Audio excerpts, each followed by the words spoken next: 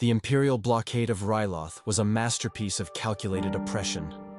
Its grip tightened around the Twi'lek homeworld, suffocating hope with cold, metallic efficiency. Villages had been pacified, their spirit broken, their resistance scattered like dust in the wind. On the surface, it was another decisive victory for Darth Vader, a testament to the Empire's unyielding power. The galaxy would see only strength, only the inevitable march of order. Yet, beneath the obsidian mask, a different battle raged. The man once known as Anakin Skywalker was beginning to unravel, thread by agonizing thread. The victory felt hollow, a bitter echo of a past he desperately tried to bury. Under the cloak of a moonless night, Vader led a brutal raid. His crimson blade cut through the darkness, a beacon of terror. He cornered a small, desperate group of rebels, their faces etched with fear and defiance. Among them were farmers, their hands calloused from toil, and deserters, their eyes haunted by forgotten battles. Then his gaze fell upon a young man, clad in repainted clone armor. The visor, though scuffed and worn, glinted in the faint moonlight. It was a sight that froze him, a sudden, jarring echo from a lifetime ago. Dozens, hundreds of identical helmets had once saluted him, their wearers loyal to the core, the memories, sharp and unwelcome, pierced through the layers of his dark resolve. For the first time in years, Vader hesitated. His crimson blade, poised to strike, trembled almost imperceptibly. The young rebel lived, spared by a flicker of something long dormant. Captain Rex, a ghost from a forgotten war, stepped into the line of fire, shielding the youth.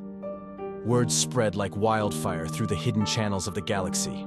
Rex had defied Darth Vader and lived. The impossible had happened. Whispers moved through old clone frequencies, across encrypted networks long thought abandoned. A handful of veterans from the 501st Legion, scattered and in hiding, began to reach out. Their voices, aged and weary, carried a fragile hope. Could it be true? One asked over the static, his voice barely a whisper. General Skywalker's still in there? Rex's reply was quiet, yet firm, resonating with an unwavering conviction. He was never just my general, he stated, his voice thick with emotion. He was our brother, and brothers don't abandon each other. The words carried the weight of shared history, of countless battles fought side by side. Rex was not alone in wrestling with this revelation, this impossible hope. He sought out two figures who had once stood closest to Anakin, two souls scarred by his fall. Obi-Wan Kenobi, living in the desolate solitude of exile, listened in silence as Rex recounted the tale. His hands, gnarled by time and grief, trembled slightly.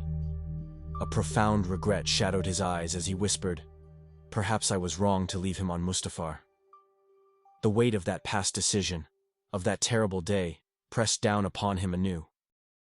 Ahsoka Tano, hardened by her own brutal duel with Vader, clenched her fists. The memory of that encounter, of the cold, unyielding darkness she faced, was still vivid. "I faced him once," she admitted, her voice strained. "I saw nothing but the Sith Lord, a monster of pure hatred." She paused, her gaze distant. "But if you, Rex, saw a flicker of Anakin, a moment of hesitation, then maybe I was wrong too." The three of them, scarred by loss and united by a shared, desperate loyalty, began to form a fragile pact. If there was even the slightest chance to reach him, to pull him back from the abyss, they had to try. Aboard his flagship, the Executor, Vader brooded in a silence more profound than the vacuum of space. His inquisitors, ever vigilant, reported Rex's survival, their voices laced with thinly veiled concern. The news was a discordant note in the symphony of his dark reign. Palpatine's voice, a venomous hiss, echoed in his mind, a constant, insidious presence. "You grow weak, Lord Vader. This clone opens wounds long buried, wounds that threaten to consume you."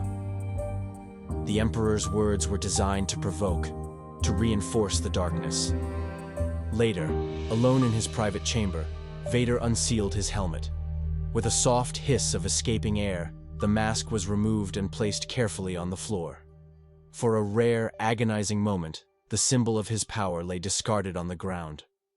The scarred face beneath was twisted in a silent scream of pain. His eyes, once vibrant and full of life, were now wet, glistening with unshed tears. The mechanical breath resumed as the mask locked back into place, sealing him once more within his dark prison. But for the first time in years, it wasn't just rage that fueled him. There was doubt. That's the end of Part 5, Breaking Ranks. If you'd like this series to continue, let me know down in the comments. Your feedback shapes the direction of the story next. And if you want to see more what-if stories like this, don't forget to like and subscribe so you don't miss the next part.